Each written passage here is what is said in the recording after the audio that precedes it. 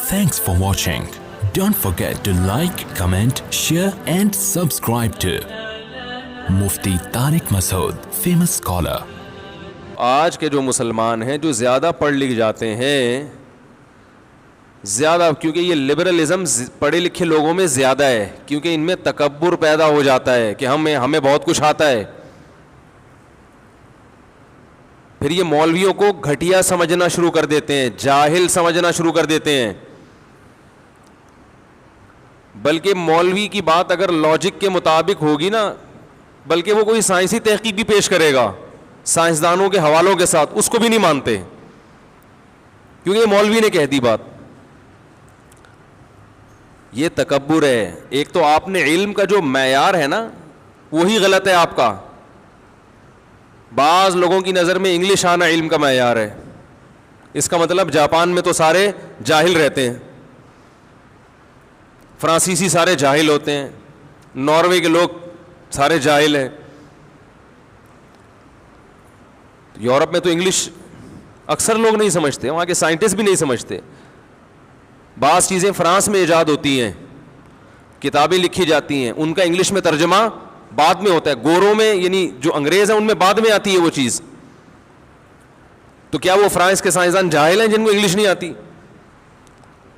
تو یہ ہمارے دماغوں پہ انگلش آنا بہت اچھی بات ہے، بین الاقوامی زبان ہے، جتنی زیادہ زبانیں آئیں اتنا اچھا ہے، اور ان میں انگلش تو سر فہرست ہے.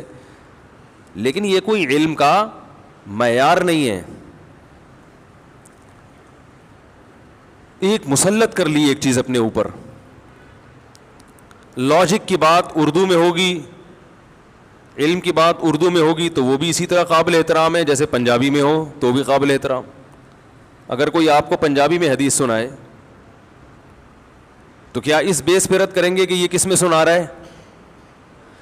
بولنے پر اردو میں بولنے میں تو انگلش تھوڑی بلوا رہا ہوں.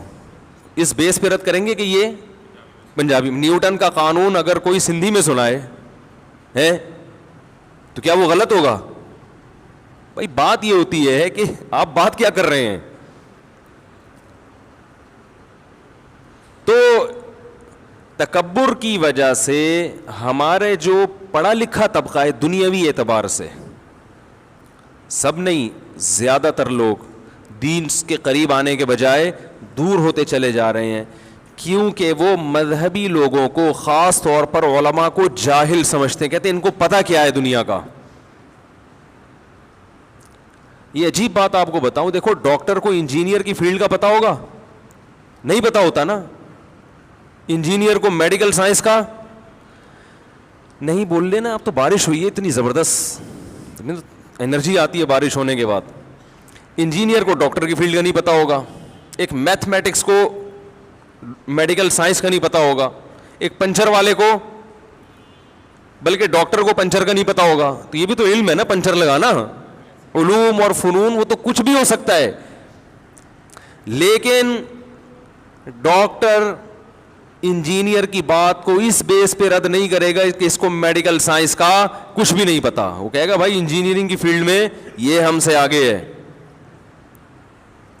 ایک میکینک ڈاکٹر کی بات کو اس لیے مسترد نہیں کرے گا کہ اس کو تو گاڑیوں کا کچھ پتا ہے ہی نہیں، یہ تو ٹائر، اس کے تو انجن آئل یہ مجھ سے چینج کرواتا ہے، یہ کیا میرا علاج کرے گا.